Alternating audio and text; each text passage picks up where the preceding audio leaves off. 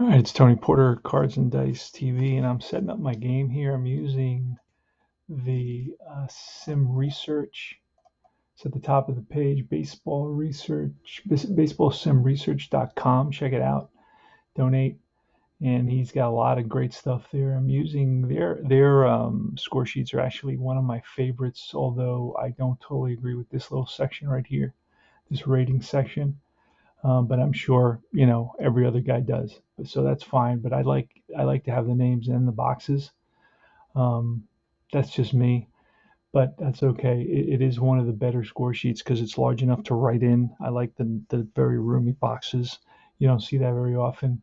And of course, it has spots for four names as well that you can use instead of the ratings, which I do that for subs and all that. So this is a nice setup here, and I'm going to replay this game Thursday, September 2nd, 1971. I'm in the last month of my 71 replay, and I'm getting the lineups together. I already did the Mets. I'm using actual lineups, and then after that, I kind of use whatever's on the roster, depending on how the game is going. So for the Phillies, I got to find Boa, McCarver, and Anderson. So let's do that. Boa. This is set up pretty much from my last game. And then Anderson, Montañez, and Johnson. Let's see, I need to find third, Mike Anderson.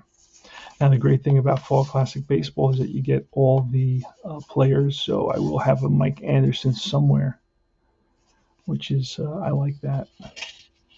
And I don't have him here, but I will find them somewhere. Oh, Greg Luzinski's in this game as well.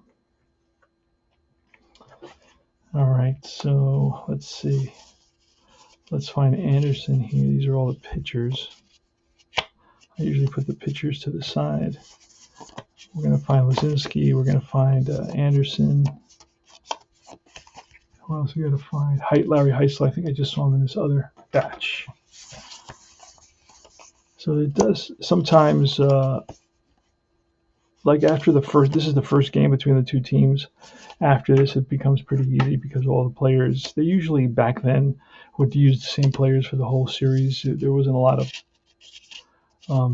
platooning, even though the Mets are known. Gil Hodges was known for platooning. Here's Anderson and Luzinski, the two guys that I was looking for. And so I got Anderson batting third, and then I got Montanez, Johnson, Luzinski, and Larry Heisel, and then Terry Harmon. Terry Harmon is the last guy in the lineup. Well, right before the pitcher, of course. And let's do that. So I'm doing a little behind the scenes video here of setting up a game, setting up a series, using Fall Classic Baseball. I know a lot of guys don't agree, I like to use the actual lineups. I like to replay the game for the most part, the way it was played, just to get a nice sense of the era and the history behind the era and so on and so forth. I'm more historian. I lean more towards the history of the era. And Rick Wise, we put him batting ninth. And that's about it. So it's Gary Gentry and Rick Wise. Let me get I printed out the score sheet. So let me pop in the score sheet right there and slide that in. Here's the score sheet. I haven't rolled to see what kind of stuff these two pitchers have because in Fall Classic Baseball, you roll for stuff.